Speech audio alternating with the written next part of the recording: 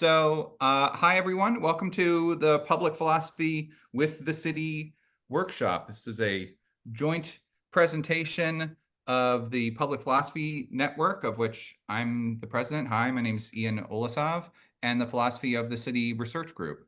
So, here's how we'll do things today. We're going to have 4 presentations from philosophers who work with city governments and community groups in really interesting, innovative, impactful ways. They'll talk about their work, and then we will, there'll be a chance for sort of quick Q&A after each presentation, and then we'll open it up for discussion at the end. Let's get right to it. So here, I'm going to stop sharing. Our first speaker is Sarah Gelbard. Sarah is an SSHRC postdoc fellow in the Department of Criminology at the University of Ottawa in Canada. Her current research on housing journeys of gender and criminalization draws on her background in architecture, urban planning, community engagement, counterculture, and spatial justice. So Sarah, take it away. Great, thanks so much. I'll start my timer here. Thanks Public Philosophy Network and Philosophy of the City Research Group for inviting me to be part of this panel and this opportunity to share some of my public scholarship practice and journey. I begin with an acknowledgement that I'm joining you today from the unceded, unsurrendered territory of the Algonquin and Anishinaabe people that's known colonially as Ottawa, Canada. And reflecting on this land acknowledgement has a particular importance in the spatial justice work that I do, because it serves as an important reminder that the settler institutions who claim and exert so much power over this place and places across Turtle Island have these long histories of injustice, and that they continue to be complicit in the racist, colonial, sexist, ableist, and oppressive systems. I include in these institutions many of the ones within I do my own work, the university, of course, the professions of architecture and urban planning, municipal federal governments, nonprofit sector, and the police and criminal and justice systems. So I'm going to do a bit of work a little bit backwards today and start briefly by introducing some of my current research, which looks at intersecting experiences of criminalization and housing insecurity for women and gender diverse people. The lack of access to safe, affordable, appropriate housing is a known contributing factor to how people get caught in this revolving door between homelessness and incarceration. What's less well recognized and represented is how housing as a pathway to criminalization disproportionately impacts Indigenous women and girls, 2S LGBTQIA folk, racialized community, and people living in northern and rural remote communities. And so while we might think of home as this place of community, of connection, of healing and hope, for many in these situations, their home is also a site of personal and intergenerational trauma. So hopefully very soon, once I finalize my ethics approval, I'll be recruiting co-researchers with lived experience who will be co-designing and participating in a series of workshops that are going to combine community engagement practices such as storytelling and counter mapping as a way to explore their housing journeys and the ways that those journeys are impacted by or contributed to criminalization, as this chance to share and make connections between their interpersonal relationships, their emotions, places, and experiences with these broader, complex socio-political contexts. And really the goal for these housing journey workshops is to document specifically gendered experiences, but then more importantly, to use these shared experiences as a way for us to collectively participate in these speculative designs of community-led and care-based housing that would better meet the needs of women and gender diverse people, and that could hopefully offer these transformative housing justice practices that would help to disrupt these cycles and systems of criminalization and homelessness. And I first started doing this work through a contract position as the Housing Development Coordinator with the Canadian Association of Elizabeth Fry Societies, known as CAFES, back in 2022 while I was finishing my PhD. CAFES is a nonprofit organization that works with women and gender diverse people impacted by criminalization here in Canada. And housing is one of the really important many services that are offered by their member societies across the country. But at the time, they had no real clear portrait of what those housing services were, how many there were, how they operated, what challenges they were facing, and how they differed from region to region across the country. So that was one of the major projects that I worked on with this team. The other big task was that in 2019, the federal government here in Canada officially recognized the right to housing through the National Housing Strategy Act. And with it, there was this huge influx of housing-related funding made available. And CASE really saw this as a strategic time to mobilize this interest in housing as a way to hopefully secure more housing resources and supports. But I suggested that it was also a strategic time to think through housing fit with their feminist and abolitionist mission, and that this could open new opportunities for their prisoner rights and advocacy work as well. Of course, as often happens in the nonprofit sector, funding for this contract ran out after about a year. It started off as a 3-month contract, so a year wasn't too bad, but I then applied to a postdoctoral research grant with the federal government as a way to continue doing this work. So CASE is still involved as a collaborator on the project, along with the Women's National Housing and Homelessness Network, and they've been doing really great work to connect a really diverse group of organizations and activists across a broad spectrum of issues to see how housing insecurity is an intersectional issue, and that could really bring our work together so that we can amplify and work more collaboratively. So this initial contract with CASE and now this postdoctoral fellowship in the Department of Criminology at the University of Ottawa sometimes seems like a really weird tangent to explain from my PhD in urban planning and a master's in architecture. So I'm going to detour us back to some of this past work before trying to connect the dots and share some reflections, etc. Also a chance to maybe break this up with by sharing a few images. So I'll just pull up my slides here.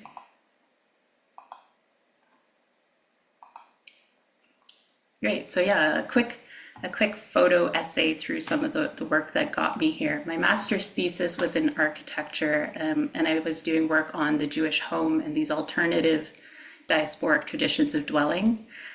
For the design component, I designed this bookmobile as representative of this kind of alternative architectural tradition that's based on being able to kind of pick up and carry and reestablish a place for your community in different spaces. Traditional architectural education really frames the cultural significance of architecture, often around this kind of narrative about the ongoing history of people and their ways they establish a claim and connection to place through longevity and through permanence of architecture. And this always left me really unsure how to position my own Jewish cultural heritage as part of a diasporic people. Moving on from there, after I graduated from architecture, a few of us formed a critical urban art collective called Impromptu Playground as a way to explore the place of play or the lack thereof in the city. Ottawa is infamously known as the city that fun forgot. And so this was back in 2011, which was kind of early days of what would become known as tactical urbanism. That was part of the placemaking movement. And we played around these small kind of design interventions, ways to install swings and bus stations. We participated in Parking Day. And this led to a couple of commission projects like this giant tetherball inspired maze for the International Children's Festival. We did a similar one for the Nuit Blanche Festival. And this really fun collaboration with Ottawa Music Underground to design contemporary stage and hangout space. We asked people going by whether they played guitar and if they wanted to perform for the others who had kind of gathered in this transformed highway underpass. And from these projects, I was really developing this interest in informal architecture and design. But I think more importantly was starting to recognize that the community building that through our architectural training, we were told this kind of work and project was doing, we recognized the ways that fell flat because we were still designing for community. We were trying to get people to do what we wanted them to do in that space by enticing them through these playful designs. We very quickly became aware of the privilege of being a bunch of white kids essentially vandalizing these public spaces, and that we really had no consequences for that, and realized ways that different interests in the cities were starting to exploit us and our designs to kind of re-control these spaces. And I think it's really important that we recognize that this informal, unsanctioned, community-led placemaking that we were kind of like, ooh, isn't this innovative, really had this much longer and much more complicated history than that current trend that we were falling into as part of these activations of underperforming spaces. So most of my colleagues continued on with their careers as a professional architect, and I decided to pick up some of these questions by doing a PhD in urban planning. Through this PhD, I was examining that use of creative placemaking and inclusive participation in contemporary planning in Ottawa, and arguing that the ways that the official city plan was framing these practices as this opportunity for greater equity, diversity, and inclusion, and as a way to align with this progressive narrative about spatial justice and the social reform of planning. Of course, even still here in Canada, which is also kind of this narrative of progressive inclusion, these projects were still resulting in gentrification, displacement, and the increased policing that has continued to have a troubled history within the discriminatory practices of planning. So my 3 case studies were looking at alternative and marginalized groups, and started with my own autoethnographic reflections from my experience in the Ottawa punk scene, and these tensions that were emerging with the Ottawa music strategy and these city plans to celebrate the diversity of local music venues through the revitalization of the urban core. I'm sure a lot of you in different cities have heard that same thing, which of course resulted in the closure of many of those local music venues and a clear shift in the intended audiences. I connected this with 2 other alternative subcultural groups who were both mobilizing around similar opportunities presented in city revitalization plans, this chance to carve out more space and better representation for their communities. And this included, but also this kind of struggle to make sure that those placemaking initiatives didn't backfire and weren't co-opted by the city. This included the skateboard community's work to build a skate park in the downtown core, and members of the local LGBT community petitioning to have a section of the Main Street officially designated as the Village. I used a lot of zine work and songwriting as a way to then also explore these counter narratives about these spaces, the alternative placemaking practices that already existed in those spaces, as a way to destabilize what the official city plan was trying to force onto the space. As well as a chance to rebel a little bit against the academic form of a proper research dissertation. Really grateful that this work connected me with other academics doing this kind of work in spatial justice, first with other grad students doing radical planning research. Together we formed the Spaces of Struggle Research Group, which hosted a number of mini conferences for those of us who were frequently refused from a lot of the urban planning conferences. And also really grateful for the Philosophy of the City Research Group, which is my connection to the space today. And really deeply recognize that this work comes from community and really belongs back in community. And so a lot of this work is important to have these public-facing dissemination and dialogue through writing for blogs and magazines, Twitter before it was X, podcasting, a lot of public talks and radio and newspaper interviews as well. And one of my favorite forms is through walking tours. I love walking tours as this form of community engagement because there's something really special about telling stories about place in those places with people. So I gave an Ottawa Brutalism walking tour for about 5 years. One of my colleagues and I designed a course called The Sociology of Third Places that was designed completely around walking tours with our students. And more importantly, that relationship with community works really best when it can be more than just one way. And so I love working with communities to share stories about and to think collaboratively about those spaces that have meaning to us. In the What About the Library series of workshops, I worked with some colleagues on developing this alternative community engagement in response to the really flat and tokenistic consultation from the city. that they were holding about replacing the old Brutalist library with a new central library. So we developed this map lib, which was a place-based fill in the blank kind of tour of the library that was prompting participants to reflect about libraries from their past as a way to then have a collective conversation about what we'd want for libraries of the future. So I think you can probably start to connect some of these dots that these projects and my current work on housing criminalization share this underlying common thread and an interest in what I think for today's panel I could call counter-public practiced philosophies of spatial justice. So to kind of break down that term, counter-publics, I really refer to the groups who fall outside of a normative idea of the public, right? Because public doesn't mean everyone. There's always those who get excluded, who get categorized as undesirable or undeserving or criminal. And I join those who understand these exclusions from the public as part of a racist, colonial, patriarchal, ableist system. But counterpublic also refers to the agency and the capacity of these groups and their allies to resist, to rebel, to refuse those oppressive systems and find these creative ways to care for each other and take care of each other in place. Through practiced philosophies, this is kind of differentiating the philosophical traditions as those that come from community practice, right? Those that come from communities reflecting about their own lived experiences. And when they do make their way into the academy, it's usually somewhere on the fringe, right? In what Fred Moulton and Stefano Harney call the undercommons. But generally we can say they're connected and they're bottom-up philosophies rather than the abstract, objective and top-down ones. And finally, for spatial justice, this adds that spatial dimension to social justice work and our analysis and understanding of power and systems of oppression that create inequities and injustices in space and the spatial relationships in them. And we can also consider those radical spatial practices of the counterpublics.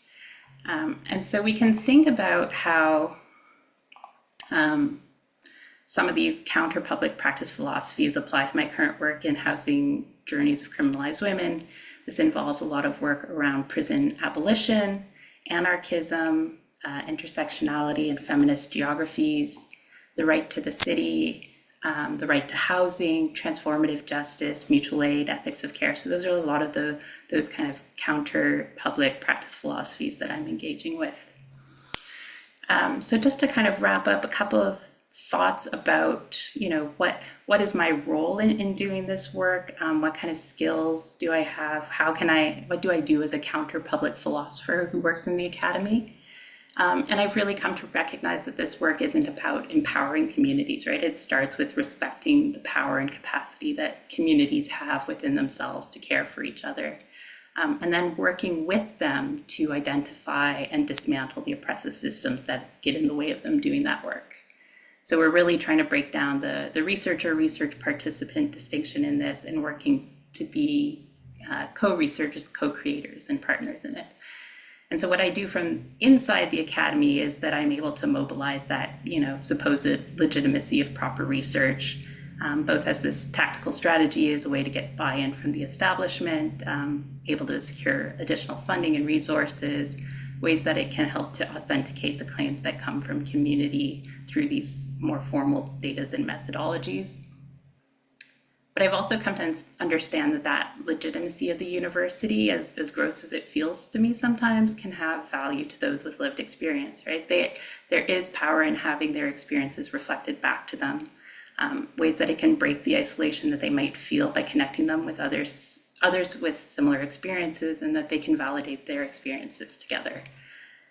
The other thing I can do from inside the academy is mobilize the privilege of time. That I have time to think about these big questions, particularly when my collaborators are busy putting out fires of the day-to-day realities and struggles that they're facing. But that privilege of time, I think more realistically and more usefully is applied to having the time to do the grunt work, right? To file the paperwork, to answer emails, to work through bureaucracy, to collect and compare sources, and that's a really valuable contribution that I can do to this work. thinking through some of the challenges, I'm going to maybe kind of frame three, one around working with the city, next about working in an academic institution, and then finally working with community. But this challenge of working with the city was really the big dilemma that I was looking at in my PhD work. How do we acknowledge that power differential between the city and these alternative marginalized groups through placemaking initiatives, right? How can we understand that on the one hand, ultimately the city is not going to do anything that undermines its control, and will frequently end up co-opting these projects as a way to reassert control over who they want in those spaces and what they want them doing. But on the other hand, we can recognize the value that the alternative marginalized groups might still gain from working with the city as a way to secure even these temporary and marginal gains for their community. The next challenge is working within the academic institution, these barriers that it creates to working with community, even when it says it's trying to move them forward, and that they really guard that access, ways that through things like, for example, ethics approval, I've encountered issues where I'm prevented from engaging in any research activities with the community until it goes through all the proper mechanisms. And that's a real big problem when you're trying to build relationships with community. And then the final one is lessons. I think I'm at 20 minutes, but I'm going to wrap up super fast. Learning through autoethnographic work of speaking from my own community, and what does that mean as I shift now into working with those who have lived experiences that are not my own. And I really carry an important lesson with me about the vulnerability it takes to share your story, to have it face peer review, and to be open to public discussion. And that sometimes those toxic gatekeepers, and there's gaslighting of people trying to tell you that that experience is not valid, that it's not real. And I think I'm better equipped now to help others navigate those experiences and recognize sometimes that it's a sign you're working, that your work is hitting hard and it's hitting where it needs to hit. So the big philosophical question I'll leave you with is, how do we care for each other and build community power without further entrenching those systems that cause harm? And thank you very much.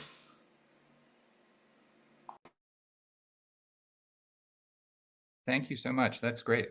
We have 5 minutes for questions. If you want to raise your hand, you can use that function. You can also ask questions in chat. Maybe because I don't see any hands yet, I'll give myself the first question. The MapLib project that you described sounds really cool. Maybe this is getting like too into the weeds, but would it be helpful to go through it might be helpful to go through some of the nuts and bolts, like how did you approach the library? How did you get them to, or the community partners that you worked with? How did you get them to let you into the room or convince them to build this project together? When people actually did the mapping activity, how did you get the results of that? So we did several iterations of it, and they were all, well, some were a bit more formal than others. Some it really just was, there was this kind of through Twitter, a lot of people who were angry at the city and the way that they were conducting the consultation. And so I just put out a call like, hey, anyone who wants to come up with a counter proposal, counter reaction to the city, let's all meet in the lobby of the library and let's work through this. And we had already been starting to think through how we could, that our problems were very much that it was a visual. It's like we were shown, here are 5 examples of new, beautiful, shiny, big libraries in other cities. And shouldn't we have a library that rivals these other cities? And what about those libraries would you like to see here?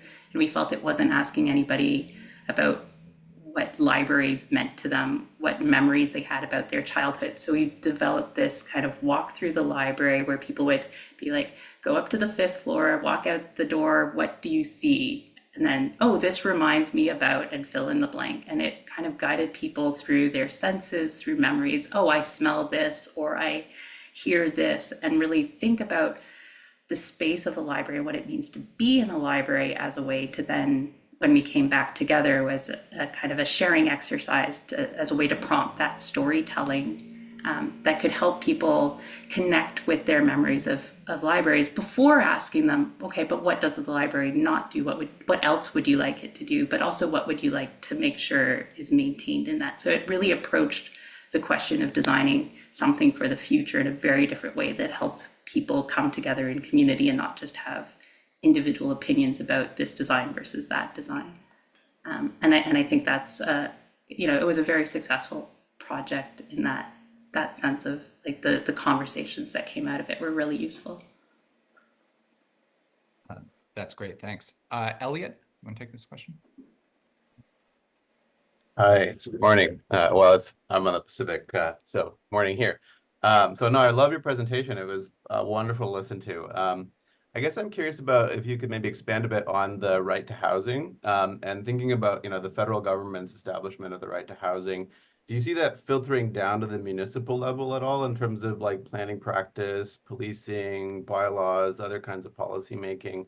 And if not, do you think there are fruitful ways of trying to, say, leverage that kind of language to realize spatial justice in the ways that you're articulating, thinking about like trying to diffuse power outward to marginalized communities? That could even be around like, how to deal with encampments, taking a more rights-based approach to decampment.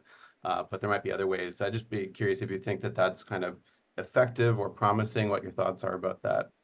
Yeah, really great question, and really a complicated one in the Canadian context. And I think it's probably mirrored closely in the US, is that the federal government has enacted this and officially recognized the right to housing, but the federal government's jurisdiction nowhere intersects with actual provision of housing, that is under the mandate of the provinces, and then enacted by municipalities. So the federal government has actually no kind of practical way of getting in there and building more housing now that it's recognized the right to housing. Within the recognition, they've then encouraged provinces and municipalities to follow suit and recognize, but there is no consequence to not do so. And so since 2019, as far as I know, no province or municipality has now bought in and also formally recognized the right to housing. So there is kind of this tension of it, is whether it's a purely symbolic gesture on behalf of the government and how much advocacy energy to put into pursuing that. And that's where the Women's National Housing and Homelessness Network have been really great. And they recognize, again, this kind of distinction of like, okay, there are the groups on the ground who need very practical solutions now. And how do we leverage those who have that privilege of time to jump through these hoops, to continue pursuing what is somewhat a symbolic recognition of housing, but that there might be down the stream benefits of pursuing that avenue while also still recognizing how do we get people in homes? How do we stop the dismantling of encampments? How do we make sure people have a place to live right now and improve those living conditions in the immediate? So there's been kind of this tension, and I think the building of a community network of people working at different levels has been really an important strategy that's come out of it. Great. Well, thank you again so much, Sarah. We'll have an opportunity to discuss your work again when we come back for sort of general Q&A after all the 4 presentations. But let's move on. Thank you again. Here, let me figure out how I can do this. Okay, our next speaker is Mike Menser. Mike Menser is an associate professor of philosophy at Brooklyn College / CUNY, director of the NYC Climate Justice Hub, and author of We Decide: Participatory Democracy in Theory and Cases from Temple in 2018. He co-founded the nonprofit Participatory Budgeting Project and served as its board president for 10 years. Mike, take it away. Hey, thanks, Ian. Great presentation, Sarah. Nice to be with Ron again, and great to meet Darien. Really happy to be in this conversation today.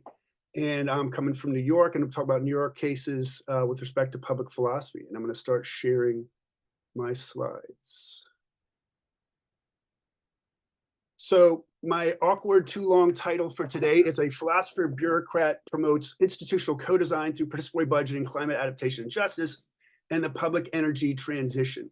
Some of you will recognize that phrase philosopher bureaucrat from Frodeman and Adam Briggle, which talks about the particular kind of public philosophy and where philosophers enter into different institutional contexts.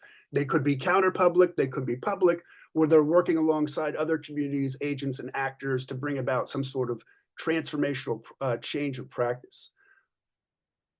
This panel today is really focused on this idea of philosophy in connection with public philosophy in the city. I'm the co-founder of the Philosophy of the City Research Group, and we're really excited to have worked with that team over the last decade or so and taken off. And I hope people continue to look out for that. And with that Public Philosophy Network crew too, I remember attending one of the early meetings on that. And it's really great to see both of these different groups within the philosophical academic community flourish and spread within the philosophical academic community, but also interact and engage with folks across different disciplines and with different community partners in different contexts. And as the university is in crisis, right, public philosophy and philosophy of the city, I think achieves a different level of significance as universities kind of flail around figuring out how they become more relevant. And that'll come up a little bit more today too. Oh, let me do slideshow. Let's see. Waiting. Let's see. Let me try one more time.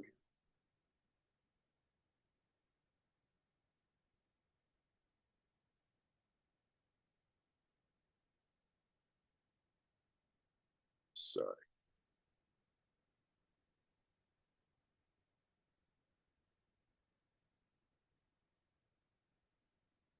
Okay. Are my slides too small like this? Probably, right? Ian, can you see him? The text is a little small.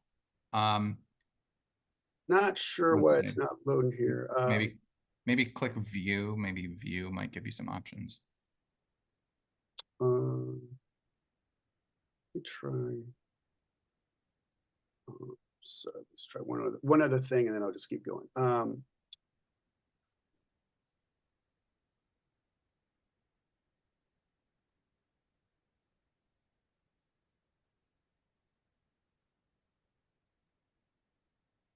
right, one more try here.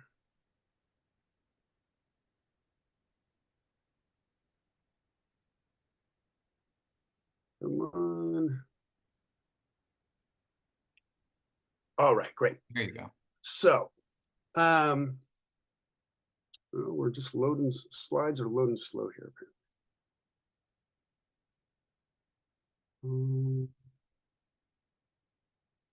Okay, so I'm going to also intersect with notion of my area of research is largely political philosophy, and there's a great kind of provocative piece by Mark Reef, 21 Statements About Political Philosophy and its continuing irrelevance, where he says political philosophy should be how we can better understand the nature and potential of social cooperation and how we can use that understanding to improve the arrangements under which we live.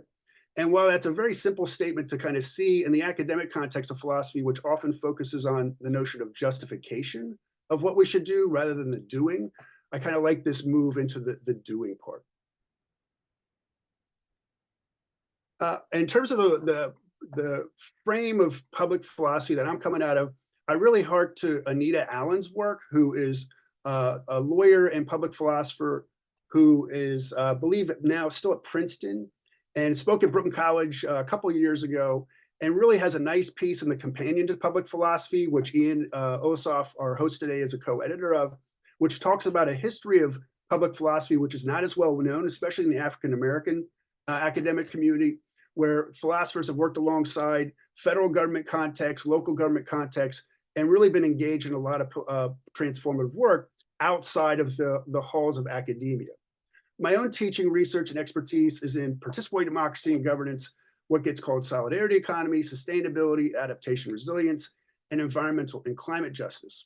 I've worked with direct action groups, community groups and coalitions, nonprofits, unions, city council members, city agencies, electric and water utilities, state elected officials, and a national park, mostly in New York, but in a few other cities as well.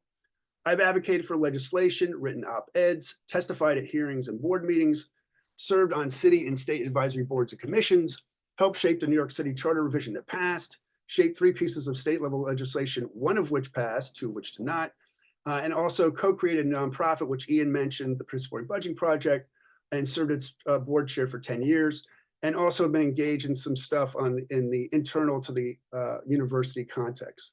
And most recently co-created this thing called the Climate Justice Institute that is a partnership between a university and a federation of community-based organizations that's in New York. And we also have a partnership with Federal University of Brazil in Porto Alegre.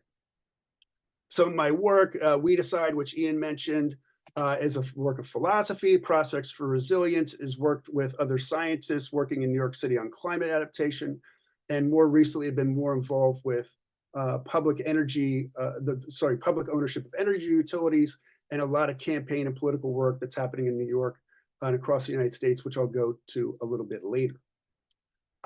When we think about the subjectivities that are in play, and Sarah talked a little bit about this too, there's kind of different ways that philosophers might come to this work, right? One is just in public speaking and writing. Another is on the research and analysis and the whole IRB process. I was intrigued how Sarah, we call that the IRB in the US, right? How that works. We can talk about this in the context of op-eds, of speaking at public hearings. These are in sort of the official formal public context. And then also the research can be white papers, it could be journal articles, it could be presentations or hearings or commissions. Then there's also our role, which Sarah also mentioned, as we are at these these institutions. I'm at a public institution. It's we call it the People's University of New York. It needs to show up more in these spaces, especially in terms of the kinds of crisis that our country and our world is beset with right now. And that's a kind of different role where there's that institutional context. And then there's that philosopher bureaucrat context where you're actually participating, collaborating in external institutions to change practices, craft legislation, or create or modify programs. And with public philosophy, not to be self-interested, right? But you always get something out of it. You learn stuff in terms of failures, in terms of successes, and you also get this incredible opportunity to collaborate and create, which can be in fact impactful and also be transformative in specific contexts in a tangible way. So the first case that I'll talk about, which occupied a decade of my own life, was this nonprofit, the Participatory Budgeting Project. And just real quick, how many people are familiar with PB as it's called? If you could just raise your hand in the chat. See a few people there, great. So it was a process that started in Brazil back in the late 1990s, early 1990s. And some of us went down to Porto Alegre, Brazil to learn about it in the early 2000s. We got the idea that we might want to try this in the United States.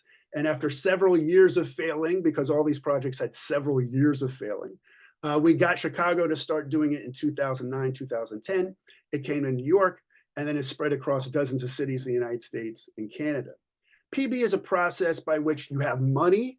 It's a public-facing budget, and the community that is impacted by that money gets to create a process by which the community makes proposals on how to spend it, works with the relevant agencies to vet the proposals to make sure they're doable, and then may or may not go out for a public vote. In the United States, it does. There's a ballot that's created, and the public votes on which projects to fund. One of the things that's really innovative about PB is that it connects, or a drawback, is that it brings together, or strives to bring together, community with government and agencies with so-called experts or expert knowledges about the problems that you're trying to address. So while there's a lot of processes that connect community with government or connect community with nonprofits, it's much more, I think, rare to find all three together. And it's very hard to find contexts which all three groups are willing to do that. I dare say most of the United States is not willing to do that. One of the nice things about PB, as I said before, is it creates this ballot, which is not a ballot for people, but a ballot for projects. And here's one from New York City where you can see 16 different projects. People got 5 votes. So it's not a winner take all process either. You get multiple votes. And all these proposals were, again, created by community members working together to directly address needs. And they range, these are all capital projects and range from public infrastructure to school infrastructure to roads and so on. Again, one of the nice things about PB is it's tangible. People get stuff. You can see a tech classroom that a local high school where I work in Flatbush, Brooklyn, have been trying for 15 years to get a tech classroom. You get to work with really inspirational public leaders like Jumaane Williams, who's a Brooklyn College graduate and now is public advocate of New York City. And again, this is a process that had spread across the United States to a few dozen cities. In New York City, we did it not just with city council members, but we did it at the universities. We were able to get student governments to do that. And in high schools, we reached tens of thousands of kids in New York City through their political science and civics classes. And we also were able to create a Civic Engagement Commission in New York City to usher a citywide process in PB, which, although I have to say, has largely been highly restricted because of the actions of a deputy mayor, which I may or may not talk to you about publicly today if you're interested. One of the things, kind of coming back to the public philosophy lens, is that PB is a real tangible way of redefining democracy, not as a competition among parties, but as a kind of collective problem solving. And it involves moral arguments to convince the electeds to turn over the money. It's our money, but they control it. And also to explain to people who are a lot of times fed up or very disinterested or distrustful of government to actually bring them in and collaborate on why they want to contribute to this process and how they can shape it. One of the tangible, philosophical moments of the whole process is that the community gets to write the rules for the process. And there's a lot of great moral argument and moral conflict that happens in that. That's one of my favorite parts of the process. And so around inclusion, around equity, and some of the funnest fights happen over the age. How old should you be to be able to have your voice heard? And so in New York City, the age to participate is 11 years old. It started off as 18, then went to 16, then went to 13, and now is 11. You don't have to have housing to vote in PB. You just have to have some sort of form of ID, which a lot of folks use library cards if they're unhoused.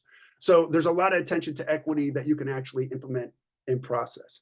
And then there's also a lot of things around, trade-offs with respect to your norms. Like, it's great to have deliberation, but if you have meetings that are longer than 6 hours where you're deliberating, people will leave. I can verify that through empirical evidence.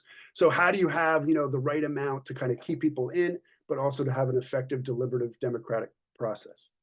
When I was doing this over the course of many years, I often thought, how did I get this job? It was way over my head initially. I did not know what I was doing. Luckily, there were only 2 of us at the beginning, so a lot of people couldn't get hurt.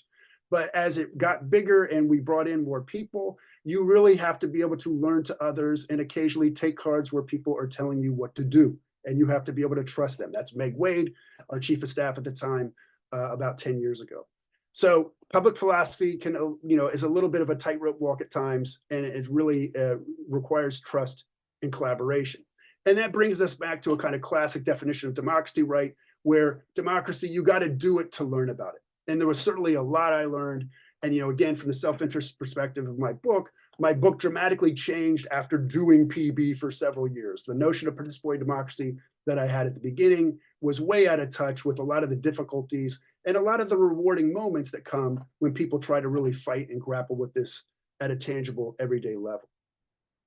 And also Carol Pateman, who's there on the right, who's one of the original theorists, brilliant political philosopher, wrote the book Democracy, Participation in Democratic Theory, 1972, 73.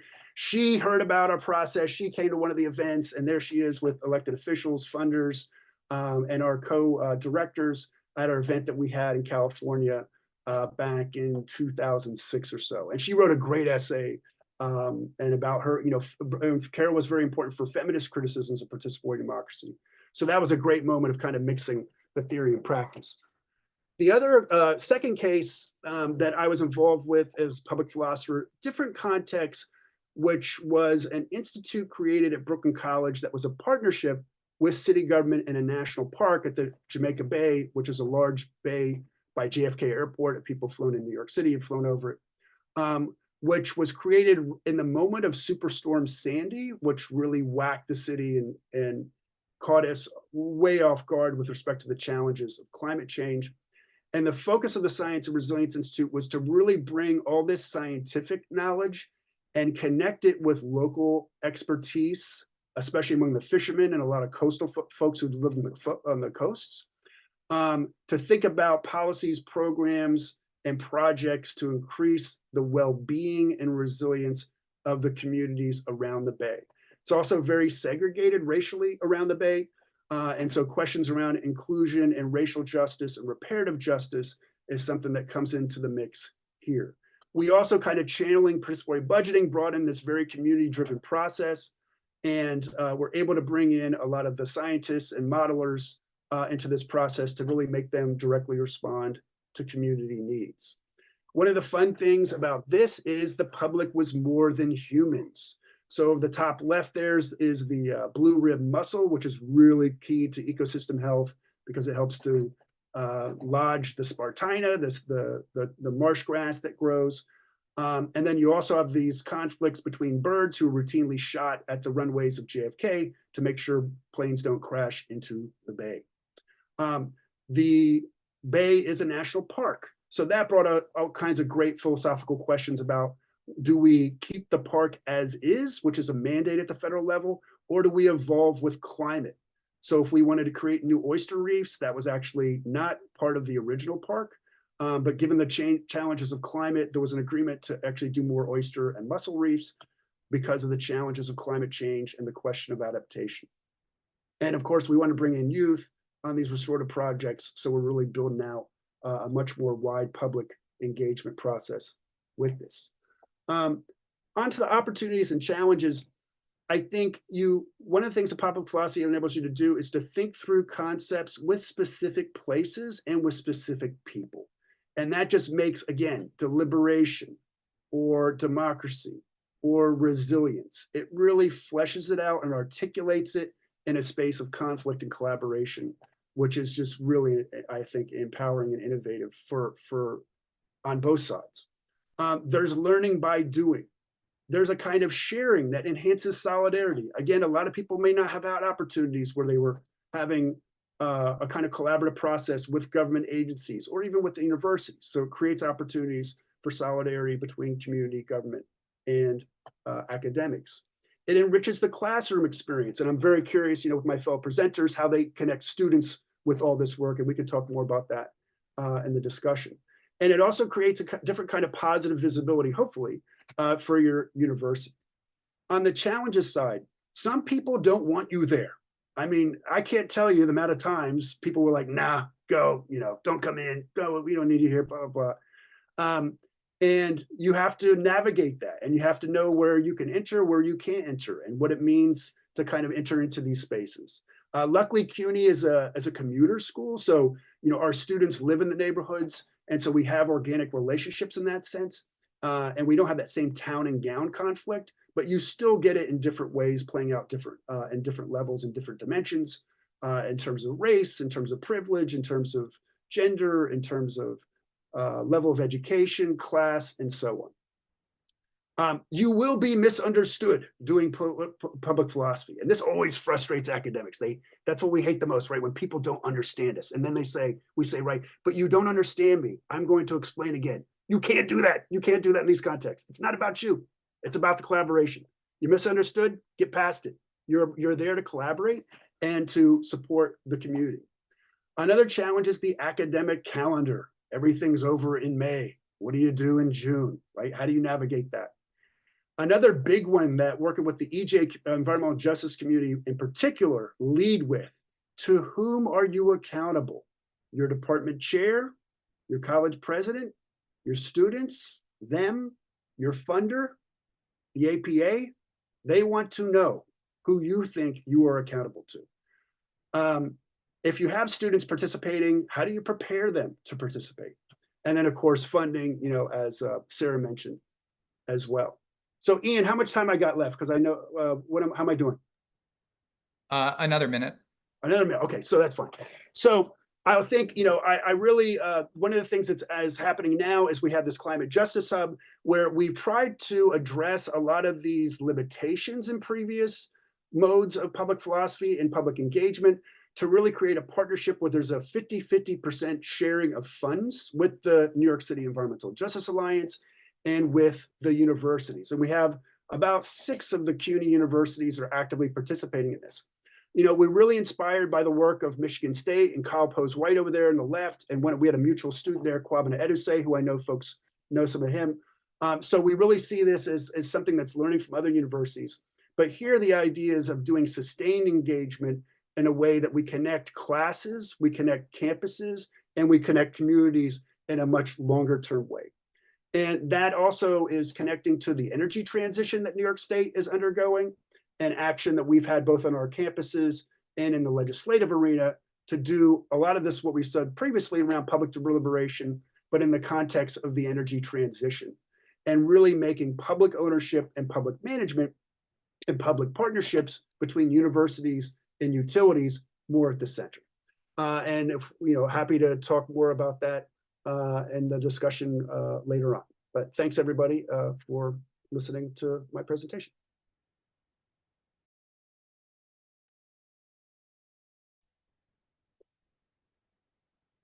Great. Thank you so much, Mike. So again, if you want to ask a question, you can use the raise hand function, or you can type a question into chat. So Is this raising my hand? sure. Okay. Michael, I love both yours and Sarah's discussions, especially about the ideas, the interconnection between the from a position of privilege and discussing with us. Some of the issues that you bring up, just ignore. The idea they don't want you to be there, tough, I'm coming. But the other part of it is, I think it's important to understand your audience and to frame it with them. And this is where philosophers and social scientists really are adding to this. Whenever Judith and I have done this for the last now 40 years, we've been really focusing on working together to frame the strategic questions, which she is much better at than I am. I'm good, but she's better. And that's where the philosophical framing does. What is the right questions that need to be asked, and how do you get the right people at the table? I have no idea if that means anything what you've done. One other issue that some of these things dealing with the classrooms, I have found sometimes you skew the for example, I took a number of classes to two-story budgeting workshop, especially with Brad Lander when he was and he made an interesting observation was when you had all these 20-year-olds and you had people, the median age was 55 in the audience, it really skewed some of the things. And so we worked on the next time we came, making sure that they observed and helped facilitate. They were asked to facilitate, but not really participate in some of the issues since they weren't part of that neighborhood. Yeah, thanks, David. And Can you turn up your sound, because you're not really, I can hardly hear half the things you said. I'm not sure if the volume. Yeah. I'm not sure. Okay. Never mind. Go ahead. Yeah. I can try and check my internal volume. But I'll just try. Is this any better? Yeah. Bring the mic closer. So I think with the closed doors of people not wanting you there, just more specifically, this was especially with city and state agencies, and you can't get in if they tell you no. They are coercive institutions, right? So, and a lot of other times in science, it was in the sciences context, and they were like, well, look, you're just going to derail things. This is more on the epistemic side and about the kinds of questions that they're trying to solve, and the kinds of, of course, philosophers we can throw anything off track, right? You give us 2 minutes, we can derail, give us anything. So that's one of your specialties. Well, sure. And that's fair.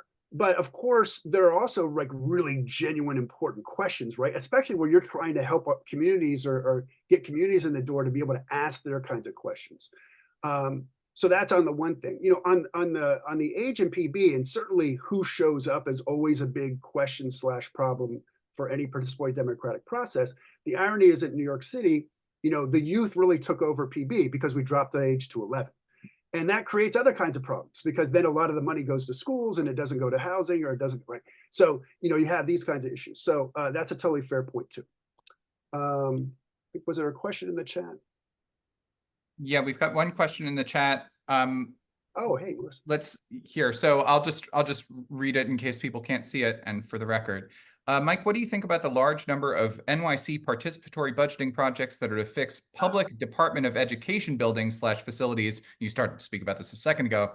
Yeah. Stuff that the DOE should be doing anyway. It always feels like a loss to me that these are the projects that get elevated for voting, like the work of getting folks excited and engaged to vote in PB is not additive to the public good. Hi, Melissa. Yeah, it's a big problem. You know, it'd be much less of a problem, Melissa, if we had $1 billion in PB rather than 4 million. I mean, the citywide PB process in New York City, the amount of money is insulting and embarrassing. Paris has $500 million. Paris has $500 million. New York City has 4 million and it's citywide. So that, I mean, that's the kind of scarcity problems that you get. And I just want to honor time, so I won't say any more about that now, but in discussion, we can get into other stuff. Yeah, this is great. Thank you. Thank you again. This is really interesting work, but we'll pick back up with this when we reconvene for general group discussion. But let's move on to our next presentation. Okay, Darien Pollock is a graduate of Morehouse College, where he majored in philosophy and concentrated in leadership studies at the Andrew Young Center for Global Research. In 2022, he earned a PhD in philosophy from Harvard University, and later that year joined the faculty in the Department of Philosophy at Boston University as an assistant professor. At BU, Darien teaches courses in ethics, political philosophy, social theory, and metaphysics. His research centers on the development of a philosophical method that he calls street philosophy. His forthcoming book, Street Knowledge: How Social Change Happens, is currently under contract with Princeton University Press. In addition to his work as an academic philosopher, Darien is also the founder and president of the Street Philosophy Institute, Incorporated, a Massachusetts-based think tank dedicated to organizing civic engagement and public humanities projects in the rural South. And I'm sure we're going to find out more about that work in a second. So, Darien, take it away. Oh, thank you, Ian. Can everyone hear me pretty good? Just want to make sure. It's an honor being in this conversation. I really admire. I've been following the Public Philosophy Network for a minute now, and I really admire the work that the network does, and I would love to be more involved with it. Because of the time constraints, and because I'm in the South right now, I'm currently organizing the South. I'm gonna do a little storytelling because I think the storytelling is going to get more at the heart of what the statistics I could show you and all those things, the numbers, you know, that they really can't get to. But first, so the first part of the story is this. So, when I was at Morehouse College, it's the alma mater of Dr. Martin Luther King Jr., Howard Thurman, a lot of great faith leaders and civil rights leaders. I was frustrated and I was thinking about dropping out several times. And one of my mentors, who was I consider an activist within philosophy, which we should talk about the changes that actually needs to go on in the discipline. But this my guy, this is my mentor. We at a historically Black college, and he tells me he does African philosophy in the African context, we call it, not African philosophy. And he says, he looks at the class, he says, hey, look, I think we're talking about Kwame Nkrumah. And he says, yeah, you know, Kwame Nkrumah studied philosophy. He says, yeah, you know, there's no one better equipped to lead a revolution than a graduate student in philosophy. And I said, well, excuse my language. I said, well, damn, I got to go into that. So partly me getting in philosophy is when I heard that, I said that, you know, what about the skill set of the philosopher can allow you to lead things that can bring modifications, reform, or dare I say revolution. Okay, so that was something that was very inspirational for me. So the way I want to go with the conversation is I'm gonna talk about the structural part of what I do with the Street Philosophers too. which is actually coming out in my book. That's going to be probably dropped next year.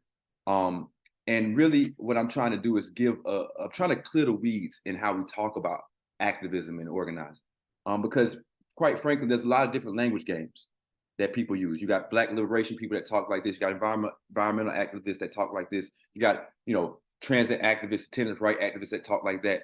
But at the end of the day, what I think is that there's a bottom common discourse, a common language game, a common conceptual framework that we all are relying on as activists and organizers, and that needs to be fleshed out. And I think that that's what we should do as philosophers, is flesh things out.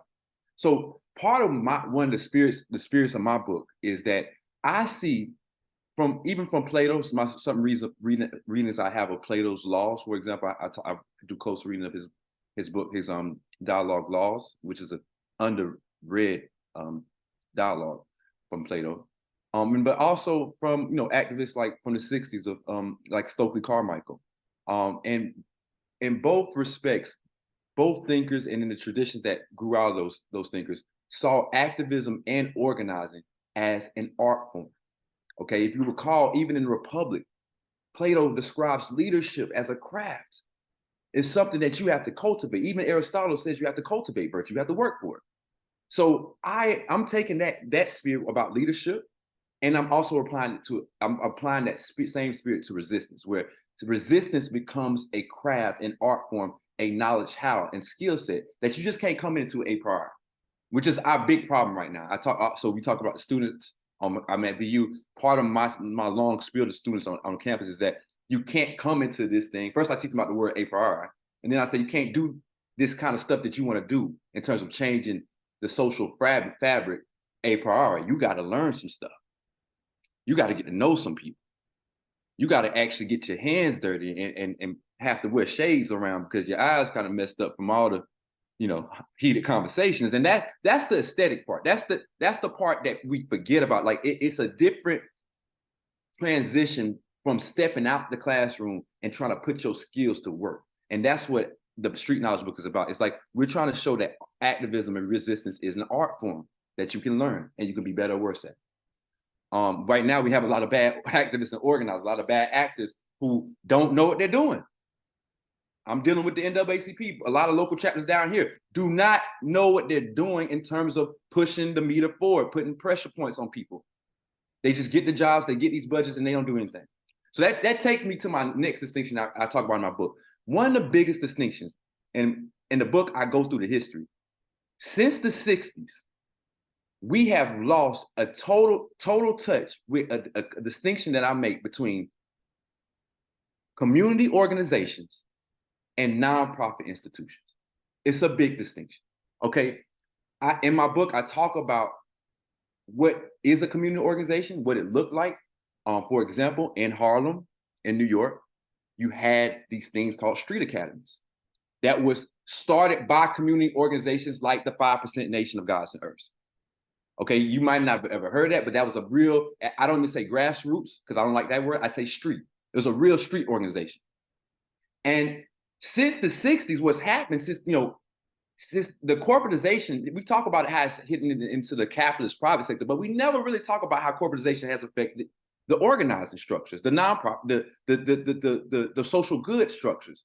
So in my book, I talk about how, for example, one of the biggest problems with activism, organizing, and developing street knowledge is the fact that you have all these corporatization to community organizations, or things that once were, that have transformed them into nonprofit institutions, which is a total different vibe, total different spirit than what you had pre-60s.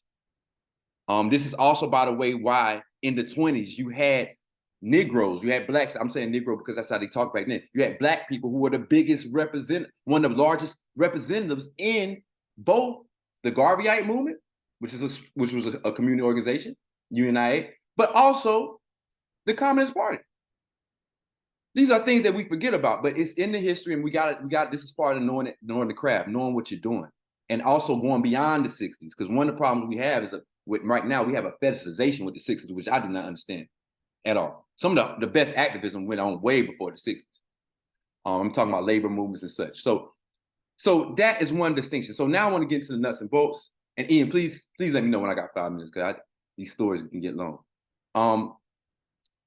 So essentially, when I heard that spiel from my mentor at Morehouse, I said, well, how can I do that? How can I do what he just told me that my skill set is best fit for? How can I help make the world a better place? Well, one thing I did is I applied to PhD programs in philosophy. So I did that. But also, there was a problem within an internal dialogue of philosophy about what counts as philosophy. And so while I was at Morehouse, I was, 1 foot in school, 1 foot out. And in that kind of environment, we have certain ways of talking. So we have what people call ordinary language tools. Ordinary language philosophy is a method in philosophy that we often forget about. And we always talk about somebody being street smart, somebody being street smart. And I just want to take that seriously. I want to take the idea of somebody having a kind of special kind of epistemic value, if you want to use that big ass word, but special kind of intellectual merit from being involved with what's called the streets. So personally, and I love everybody's presentation, but personally, I don't use the words counterpublic. I talk about publicity. Publicity for me is a gradation. And then, that you can go, the more structured it gets, the more out of the streets you get. But the less structured it gets, the more wide open it is. And that's what I call the streets. And it's also what to be technical, James Scott calls hidden scripts. So for me, streets is just this discursive stuff, these hidden scripts that aren't structured yet. They haven't been formed yet, but it's something there. So the Street Philosophy Institute developed out of my desire to investigate and possibly found the value out of a very unique kind of epistemic good, what we call in the street smarts or street knowledge. But it seems to be in total tension with the top-down kind of stuff that you get from being a part of a nonprofit, when you get your guidelines, or being a part of the state, or being part of a university. So it seems to be something special about knowledge. Now, I started SPI because, unfortunately, and I'm not. This is not a departmental thing. As Malcolm X says, you put a seed in the ground and nothing happens. The season changes. So when I got to Harvard, it was a very bad season for talking like this. It was just about to change, but so I was not really encouraged to talk about what street philosophy is when I first got to Harvard. And so I was like, well, forget it. I'm going to just start my own organization and we're going to talk about it regardless. And yeah, I'm going to write my dissertation on philosophy and language, but I'm never going to forget about the spirit of this idea. And so that's why Street Philosophy Institute was developed.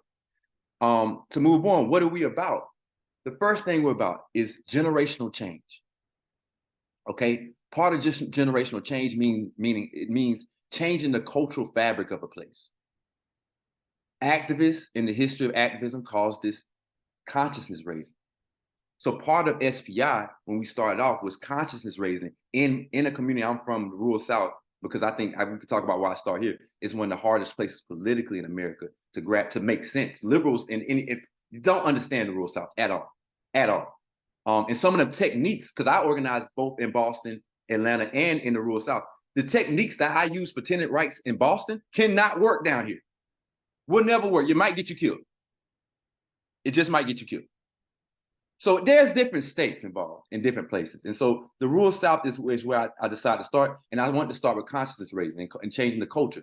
Now that we did that since 2017, right after Trump got elected, I'm not going to say it's because of him, but maybe, we moved on to more of what one of my comrades calls generational wealth. What is meant by that word? We're not talking about the private sector. I'm a socialist leaning person, that in spirit. So I'm not a capitalist in any regard. But at the end of the day, one problem I have with the left is we don't talk about development, and how one of the problems that with places like the rural South is that it's underdeveloped.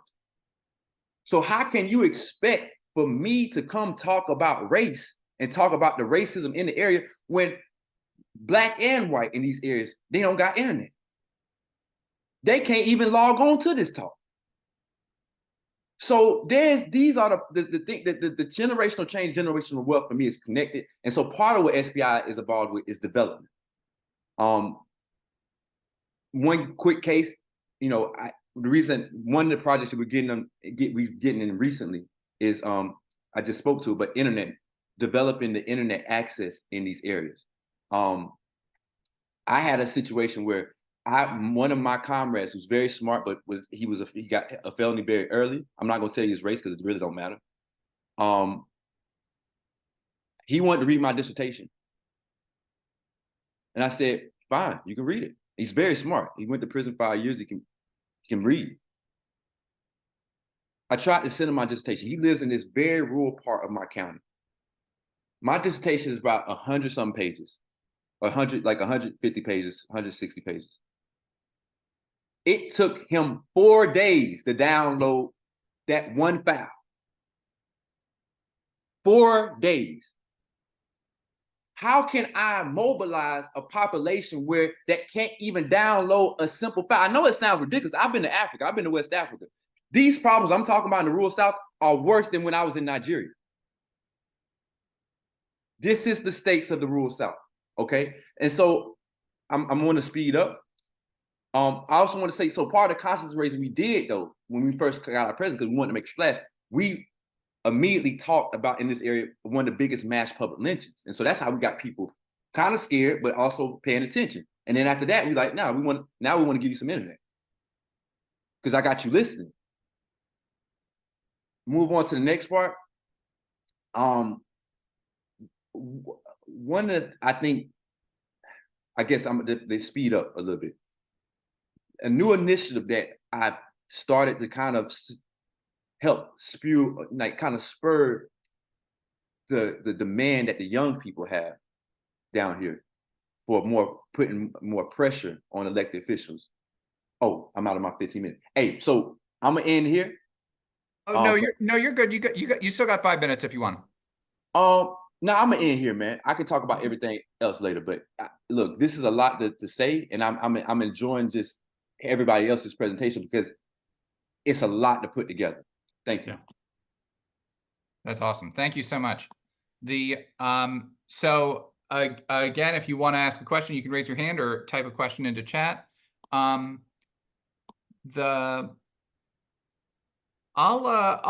give myself a question for starters. So when you talk about consciousness raising, like, could you say a little bit about like what that looks like? Like when I think of consciousness raising, I think of like, you know, sort of 70s feminist consciousness raising sessions, or, you know, people talking about their experiences of like sexual violence and that sort of thing, and sort of like open-ended discussions of like shared problems.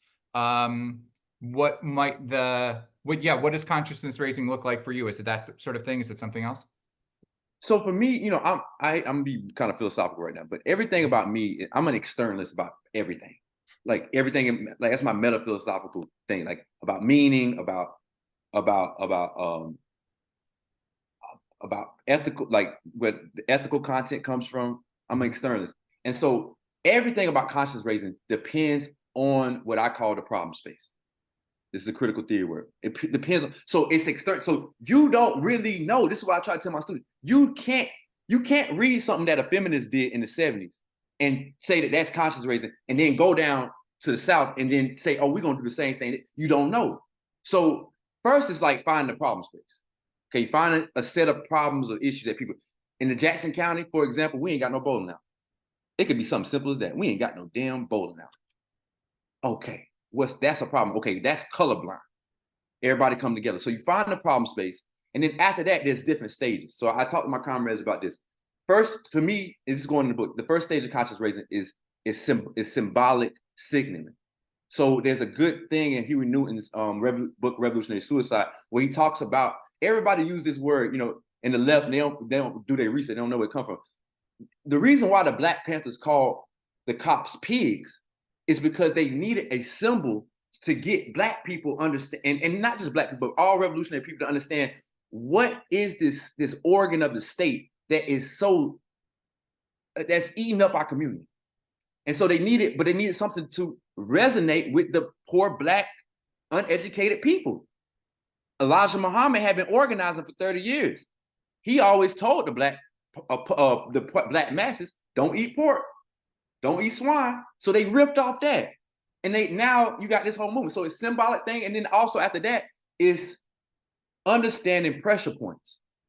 Pressure points is a metaphor for certain things that when you're dealing with an elected official in the South, for example, in the rural South, there's just, I don't want to talk too much at a level of detail, but there's just certain things that you have to do or can't do, even down the level of mannerisms, that if I tried to do that in Boston, I wouldn't get no pull, no purchase, as they would call it.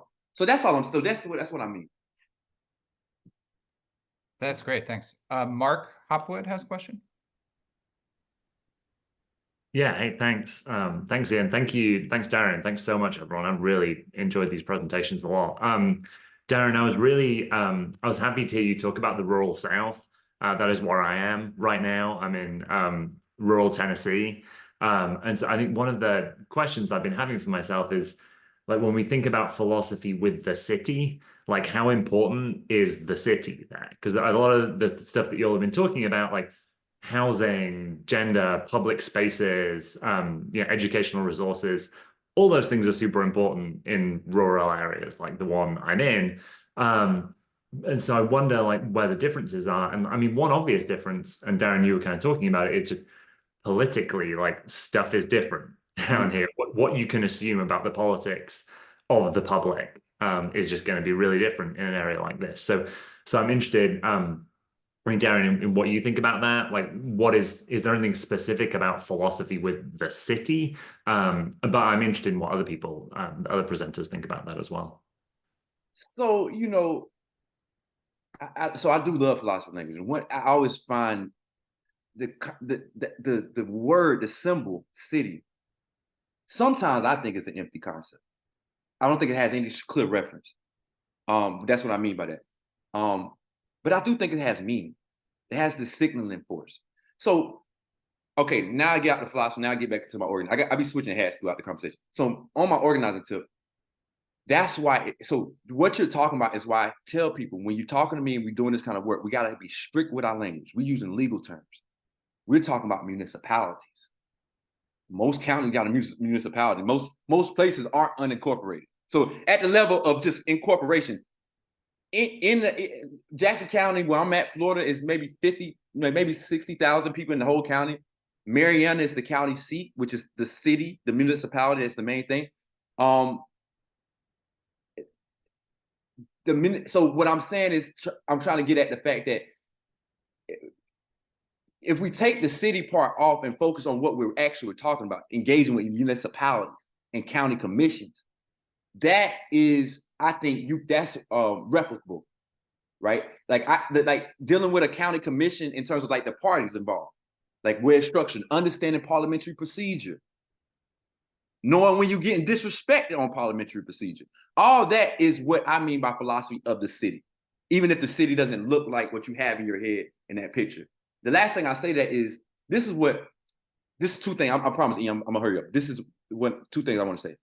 With the corporatization now of our true urban cities like New York, Boston, I'm in Boston, now you're seeing a more burgeoning of what you may call exurbs, where people, the poor, are getting pushed out to the so-called rural or semi-rural areas like Jackson County. And so now our philosophy of the poor, which we thought always indexed to the city, actually has to be pulled out, because now people are getting pushed out because of corporations. The second thing I want to say is, particularly in the South, this is what something only a person like Stacey Abrams understands. I've talked to so many Harvard folk about this, and I'm like, yo, don't you got a degree in public policy? You don't know this? The South is what you would call totally devolved, meaning that devolution is a concept that they were fighting about in the Federalist Papers. What is going to be the scope of power of the federal government? That's the whole states' rights stuff. Okay, in places like Florida, Alabama, Georgia, what people don't understand when they're coming from north is that most of our things are devolved, meaning outsourced, if you want to use that word, but that's not really the right word, devolved to the county level. Meaning that, for example, we were doing felon voting rights. There was no database in the state of Florida that kept all of felon data, even though we should have. We should have that. But so if you want to know what a felon situation in a particular, in a particular county, you got to go to that county, and they may not let you get the shit. So Yeah, that's really helpful. Thank you. Yeah, that's great. Well, yeah, sure. Ron, well, I guess Ron, do you want to save your question for the general Q&A at the end of your talk, or do you want to take it now? No, I think I'll save it, but I just Okay. wanted to second both the question and Darien focus on the rural, and especially the rural South. It annoys me to no end to live in a major, American city and to hear nothing but bile about people in the South generally and rural people. I'm like, that's where most Black people live, right, like the rural South. So shut up. You don't know what you're talking about. You can't just like flush Mississippi down the toilet. That's where like all the Black people live, So that, and also really annoyed with the whole focus on philosophy of the city because, gentrification, displacement, deindustrialization and de-development happens in the rural parts of the country as well. So it's a big blind spot among urban scholars, urban activists, and those who read and follow them. So thank you very much for that, Darien. Yeah. Well, yeah, great. Thank you so much. And let's move on to Ron's presentation then. So here's a little introduction. Ronald R. Sundstrom is a professor of philosophy at the University of San Francisco and the author of The Browning of America and the Evasion of Social Justice from SUNY Press in 2008, and Just Shelter, Integration, Gentrification, and Race and Reconstruction, Oxford 2024. It's a very good book. His research focuses on the philosophy of race, xenophobia, mixed race identity, political philosophy and urban policy, and figures in African-American political theory. We are all very lucky to have Ron today. Take it away. All right, thank you. I just put in the chat some of the things I'm going to mention in my, I'm going to also, like Darien, talk story rather than give you some slides. And I really appreciated all the presentations today. I learned something about your work and about the different approaches to public philosophy and public philosophy dealing with the city. So I really appreciate that. It highlights the diversity in our ranks and the kind of different approaches that we do. Also, big shout out to the Public Philosophy Network. I don't think I was at the first meeting, but I think I was at the second one in DC. And, it's an organization that I have gotten a lot of support from and think the world of, as well as, of course, the Philosophy of the City Research Group, which I've been part of since I think its second year after the Brooklyn conference, the first Brooklyn conference that Michael Menser, also one of the presenters here, helped to put together. So I still have a relationship with the Philosophy of the City folks as an emeritus guy, but so that's great. And of course, love to see, I'm happy to see a lot of names here that I recognize. Just a quick shout out to Naomi Sheeman, an old professor of mine from the University of Minnesota, and of course, David Woods, who, I've interacted plenty of times in the Philosophy of the City conferences. So what I'm going to do is talk a little bit about my work, and I'm going to talk really about not so much the details of the work, but, my process of getting involved in public philosophy, the way that I do it. And you've got, in the three other presentations, you've got, different models for how you do it. And my model is distinct as well. And and each model and each way of doing it is really fruitful and good to learn and to pick and choose from your style.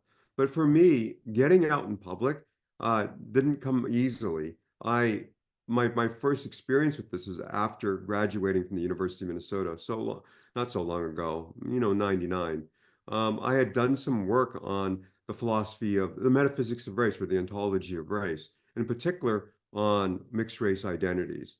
And much surprise to me, I got contacted by local community groups, student groups, who wanted me to talk about mixed race identity. And they didn't want to talk about the arguments or the debate or necessarily even, the technical philosophy around how one builds in a social, an idea of the social ontology of race or social ontology of mixed race. They wanted to talk about their experiences. and what I might say that would reflect on their experiences. So it really provided me with a really interesting lesson about, keeping an open mind. And when I go into those publics, when I go into non-academic spaces, ditching the academic script, not doing the PowerPoint perhaps, or not going into the arguments, but figuring out what the folks who want to and who nicely invited me want to hear and what they want addressed. So with that, I've been working on philosophy of the city stuff for a while. Early on, 2002, I published this little essay called Race and Place. That actually was a spin-off of the Metaphysics of Race material. And I nursed for a long time as part of my work as a graduate student and then as a young faculty member. I was an intern for the Race and Poverty Center at the University of Minnesota Law School. And I just was very much interested in the phenomena of American segregation, residential segregation in particular. So I never let it go and always tried to do my best to fit it in to our philosophical projects as much as possible. And that culminated in the book that that Ian mentioned. It's called Just Shelter: Gentrification, Integration, Race, and Reconstruction. There's a link here in the thing I put in the chat, as well as my website, where you'll find another link to the darn thing as well. Right. So I found what I did for creating that book that put me, not me working so much with the public as we saw from all the other presenters, but learning from the public, going into the public. And I started by having conversations with housing folks. And then a sociologist friend of mine, well, actually a communications person who's also sociology, said you should get an IRB, an institutional review board approval. So just going through, as it turned out, I didn't need one because I'm just doing interviews, but just going through the IRB process and getting approval, and then having, coming up with the disclosure forms and recording those interviews was really instructive and brought me closer to different groups and different organizations and different ways of knowing what was going on in the questions of housing justice, gentrification, integration on the ground. For example, I thought everyone was going to want to talk about integration, but community activists don't. They're not really big on integration. They're big on affordable housing, and they're big on access and opportunity. It was something that if I'm paying attention to philosophical debate, say post the Elizabeth Anderson's publication of her book on integration, I would have focused just on integration. But going into community spaces and learning from people and hearing people, I heard what their focus was on. And that expanded the research and eventually the things I took up in my book. So I did the IRB. I did several interviews with community activists, with think tank people, with the organizations that build affordable housing, several of those. And also I talked to YIMBY folks. San Francisco YIMBY is kind of a well-known organization. So yes, in my backyard, I got an interview with them, which taught me a lot, as well as the interviews with people who opposed their work or was critical of it. And then outside of that, I went on these affordable housing tours. I mean, these are things that philosophers, they don't teach us to do in grad school. And you're really busy, we're busy academics. What, I gotta take a weekend off or take a day off to go and traipse around 5 or 10 different affordable housing units? I did, and developments, and looked at all of them and learned from them and just heard the spiel that I got from the different organizations and learning what their priorities were and what their concerns were. And that affected, the research that ended up in the book on Just Shelter. So not paying attention necessarily to what's going on in the debate, but paying attention to what's going on the ground, which then influenced my way to talk about the debate, And I was talking to a lot of activists, Causa Justa, Just Cause, spent a couple of long days with them and their activist work in the Bay Area against gentrification, against displacement. But I found myself, and I very much agreed with them initially, but then I found myself needing a different angle into this. And what that led to was me talking to quant people, quantitative analysis of the housing issues.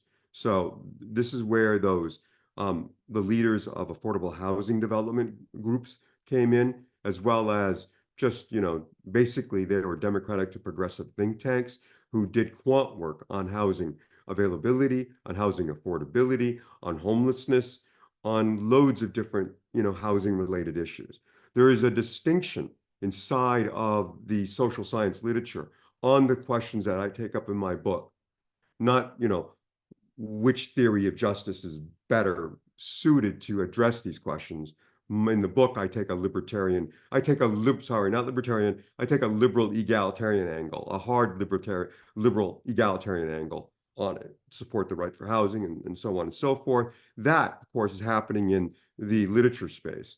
But, right, what the focus is on came from working with and hearing from the folks on the ground and hearing from the quant people as well. The stuff I was learning from the people who are doing quantitative work in the think tanks, who are often locally, was terribly important and pushed me from just taking the usual line with the debates that I took on, like on integration and gentrification. I was able to discover things that were some uncomfortable truths, and learn quite a bit from those organizations.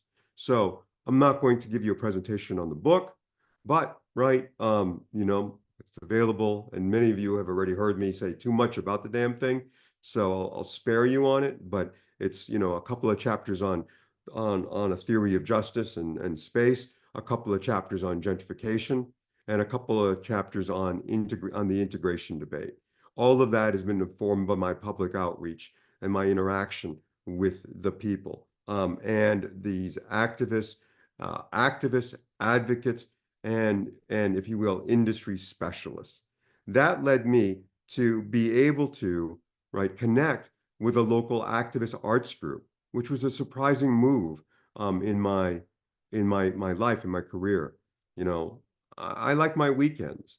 Many of you like your weekends and your free time, but I got involved by inviting the San Francisco Film Festival people to give a presentation at at the San Francisco a meeting of the Philosophy of the City group. Maybe some of you were there, and we went to a local urban policy space, and we got the film festival.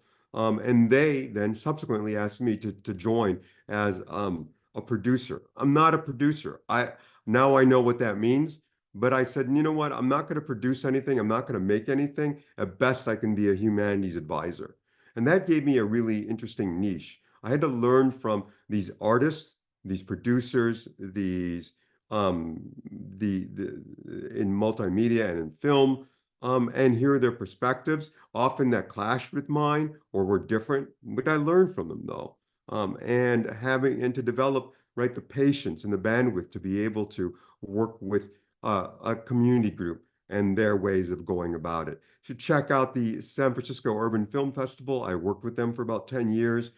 We got some really nice pickup, and a lot of the more theoretical stuff on housing was the stuff I pushed with them as well. So that was a lot of fun and very instructive. I'm taking a bit of a break from them right now because I'm shifting my projects, but that was a really instructive group.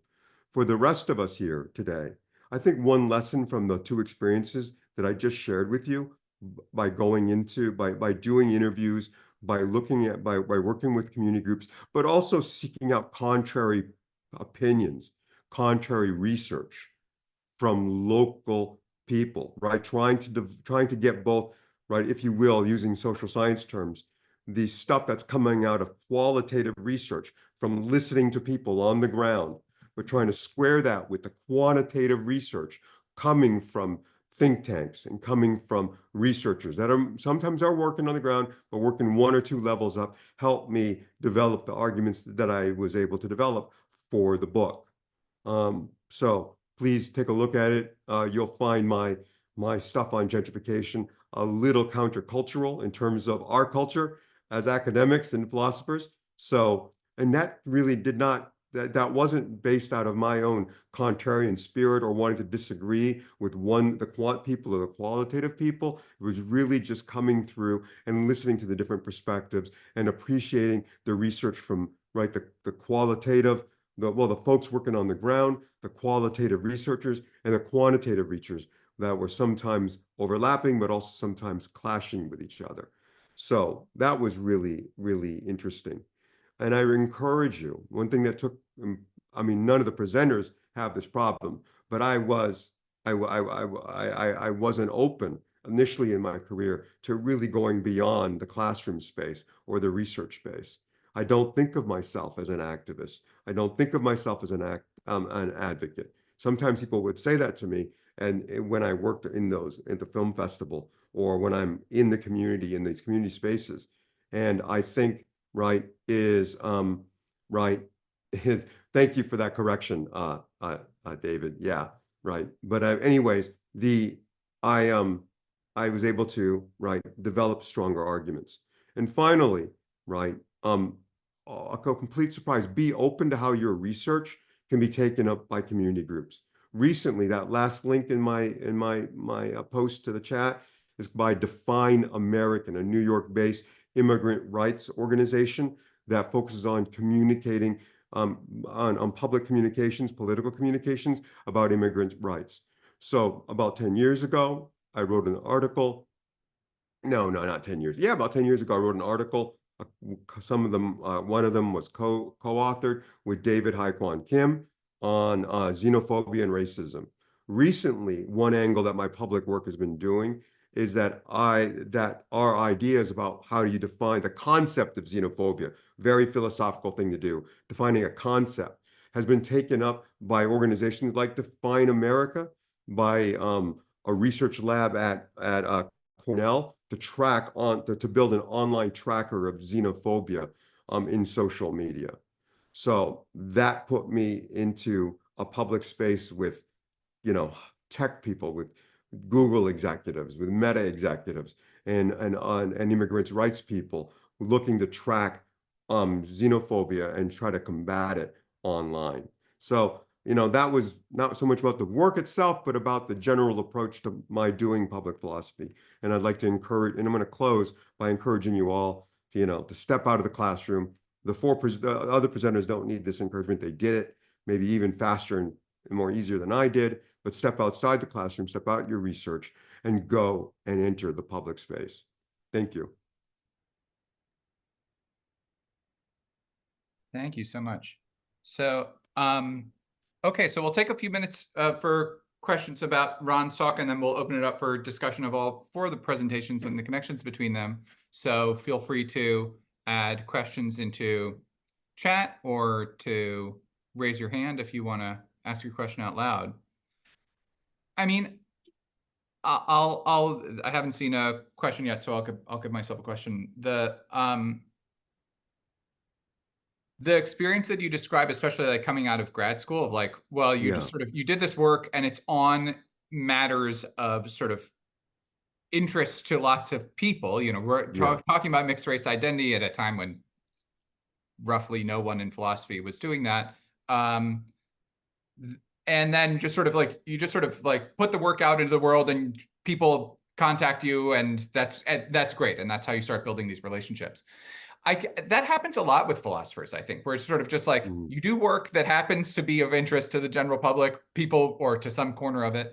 People reach out to you, and then that's where the relationships come from. I don't know. Do you have any ideas about like how to make that happen like less accidentally, or like how to be more intentional about those sorts of things? I mean, like in your own experience about like building relationships sort of in some sense on the basis of prior academic scholarly work. Yeah. Is there a way of doing that more intentionally, or does it sort of have to happen, serendipitously? Well, the mixed race stuff and the xenophobia stuff was serendipitous. That just fell in my lap. And I had to be smart enough and bold enough to go out there and not just go into philosophy mode when I address those organizations. Working with the book was more on purpose. I knew that from reading, say, Elizabeth Anderson's book, and much love for that book, much props to that book. It was a really good book in some ways, but it was underinformed by as much quantitative research it did focus on, it was underinformed in terms of that quantitative research, which is the object of famous criticisms right now by others and myself. And I wanted to do better than that. I wanted to know what the research said. And I also wanted to go into the community to figure out what was going on. Because, the Bay Area is, unfortunately, we're infamous, if not famous, for having housing affordability, housing precarity problems. And so I see activists on my block. I see advocates in my city. And I know that there's specialists who are located in major universities near me, and part of these housing organizations. So I thought it would benefit me a great deal from talking to them and not just staying in the closed quarters of the debate that's happening in the philosophy books and in the journals. That stuff, right, is really important and really good and helps, right, anchor our discussions and anchor our careers, really, because my book had to be relevant to the academic debate to get any ground. Right, I have to be, if you will, sorry to put it this way, I have to be both tenurable and promotable, right? And I want to make sense to my fellow philosophers. And so I need to pay attention, and we all need to pay attention to that particular debate, unless we're like hell's bells on that, forget about it. But I wasn't about forgetting it. I wanted to address it as much as possible. So the IRB, taking a more of a social science route with it, the IRB and getting out and doing those interviews, Ian, was not was not falling into my lap. That was more intentional. That was more planned, right? Getting yourself out there and finding out, well, like if you're doing medical ethics, for example, right? Going out and talking to people, to the stakeholders, and other such things. If you're doing abortion rights, going out and talking to the stakeholders, like just leaving the area of the friggin' journals and the books to really get input, because doing that might actually change the direction of your research and change your arguments as well, Ian. So I found that helpful. The film festival was a fallout of my work on the book. These artists were like, hey, you're doing this stuff in the academy. Why don't you come hang out with us and help curate films for our film festival and put on events? And I was like, okay, now I know what a curator is versus a producer. I've learned about being a humanities advisor and learning the different feelings of the artists and the artist community that I'm working with, and how they interact with local communities, not just one, but local communities.